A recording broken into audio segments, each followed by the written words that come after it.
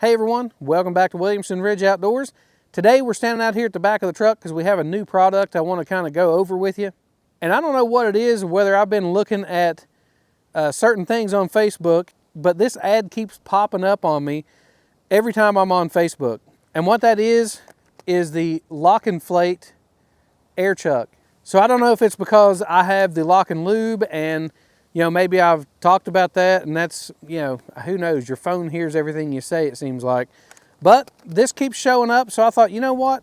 I really would like to have a locking air chuck so that I can use my inflator with one hand.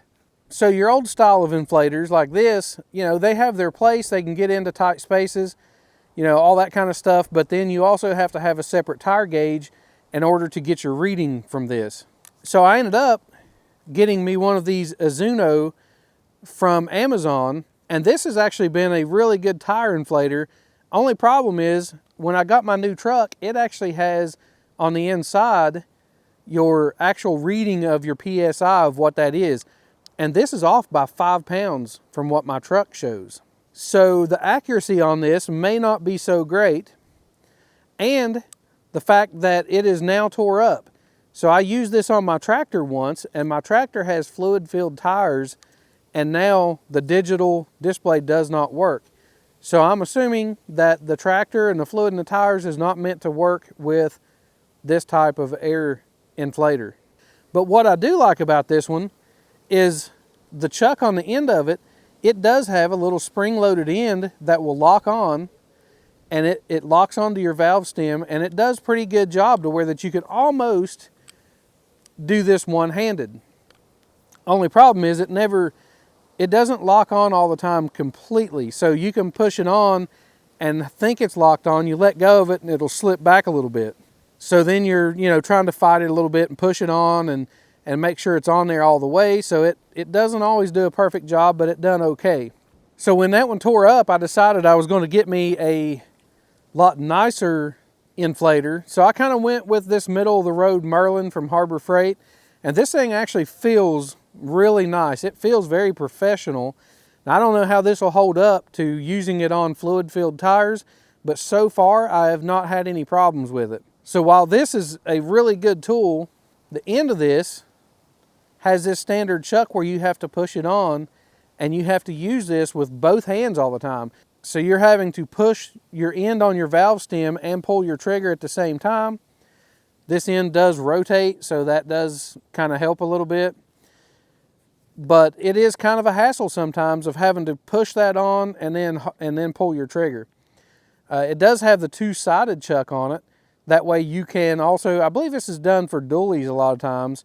You can reach inside there and actually get and fill tires with the back side of this instead of always with the front. But what I'm going to try to do today is actually take this off and thread our Lock-N-Flate on the end of this. That way I will have a full-on locking inflator. I just like the idea of that one-handed operation.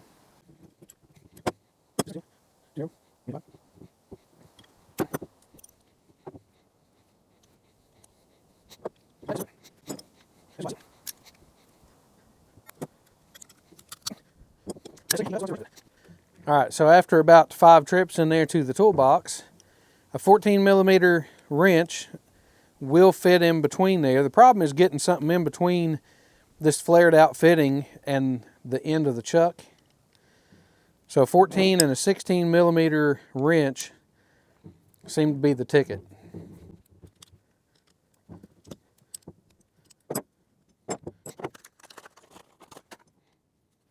So we just thread our new Lock-N-Flate on.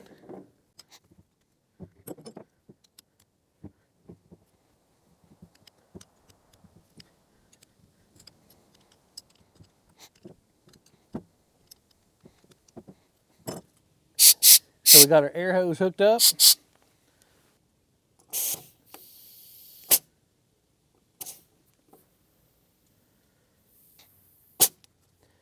So according to our truck, the back tires are supposed to have 69 pounds in them.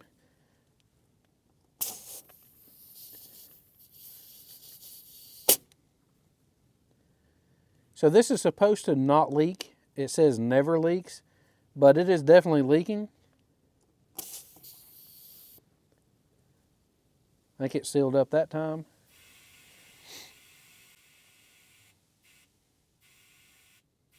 I'm gonna go to 65 on them. Let's go try another one.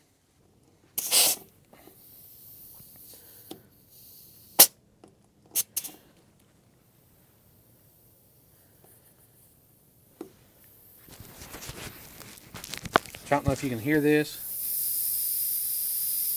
but it definitely leaks a little bit. It definitely leaks a little bit. Now, it popped right there, and the leak seemed to have stopped. But it seems to be, I mean, you do have to push it on all the way. I mean, that's, you'd think it'd be right there at the Schrader valve. I think maybe part of this is user error, because you don't have to have it shoved on there all the way in order for it to lock into place and seal up. So it's actually sealed up right there good. The main thing is making sure that whenever you're locking it on, the jaws actually seat back into the housing, because if they're kind of sticking out, it's not locked on all the way.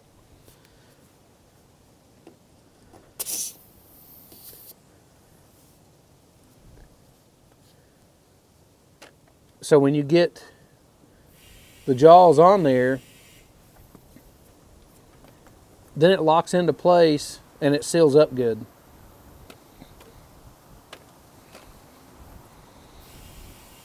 So now while we're at it, let's go ahead and try it on this forward valve stem, see if there's any difference in the way that it goes on. It actually seemed to lock on that one a little bit better.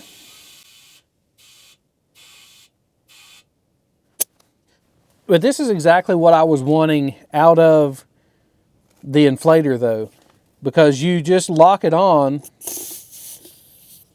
and then you don't have to sit here and worry about holding this thing on or anything like that. You're locked on.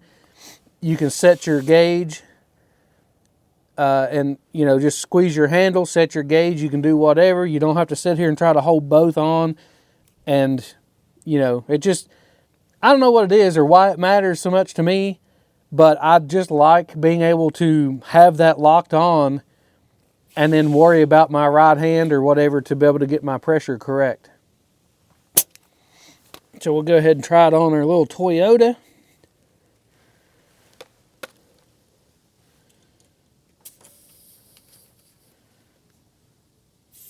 It locks on good. So the verdict of our new Lock-N-Flate tire chuck, I absolutely love this thing. Now, once I learned a couple things about using it, you know, you think that it's a tire chuck. How is there, you know, a way to learn to use it? Everything seems like has a little bit of a learning curve. And with the old chuck, where it had the lock on, you had to force that thing on as hard as you could and then let go of it, and then it still didn't seal up all the time. And, you know, then you had to push the lever and force it some more and mess with it and then let go of it, and then you could get a good seal on it. But with the Lock-N-Flate, you're not having to do that. It doesn't take brute force to get that thing to lock on. You just push it on and make a good connection and let go of it, and then make sure that it does seat and the jaws slide back inside the tool. That way, you know, it does actually lock on. And then you're good to go. It actually does a good positive lock, and it doesn't take brute force to shove it on, and it makes a good tight seal. Now, it seemed like I could hear a little bit of air leaking around it, even whenever it seemed like that there was a tight seal on it. It wasn't 100% leak proof, but it is leak proof enough. It's not going to affect you being able to put air in your tires or get your reading. And it may have even been just a little bit of, again, just maybe not always having that perfect seat on it, but it seemed like I could hear just maybe just a hiss. But it's really windy out here today, and it's hard for me to hear exactly what that is. It could have been something else around And, you know, like I say, it's just kind of tough, so it's not significant enough to even worry about. Now, one more thing too, they do make this in an open design and a closed design. And the open design is the one that I have so that I can control the airflow with my trigger. So if you want the kind that when you plug it on, the Schrader valve actually controls the air, that's a closed flow. And if you want the one where your trigger on your inflator actually controls the flow, then you need an open flow. So if I pull the trigger on this whenever it's hooked up to the air, it'll just blow air out the end of this, just like there's nothing there. So with the open flow, everything's controlled with your trigger. So whenever you do squeeze the trigger, then your air is going to come out the end without, whether it's connected or not, you're going to have that airflow. But if you have the closed version, then it's not going to allow air through it until you plug it onto your Schrader valve. Now see, the leak that I had, it could have even been in my air hose because I actually have a little bit of a leak in it right now. So like I say, it wasn't significant enough to even worry about, but I'm not 100% sure where that actually was coming from. So the tool itself may not have been leaking at all. They also actually sell a complete setup where you can get the inflator with the Lock-N-Flate on the end of it. But I actually had already bought the Merlin and was buying this nicer grade of inflator, but even from the get-go, I never liked the chuck on the end of it because it wouldn't lock on. So now the Lock-N-Flate solves my problem and is now my favorite air chuck of all time that I've ever had. So thanks for checking out the video today. If you enjoyed it, I appreciate you hitting that thumbs up button. Stay safe, and until next time, I'll see you outdoors.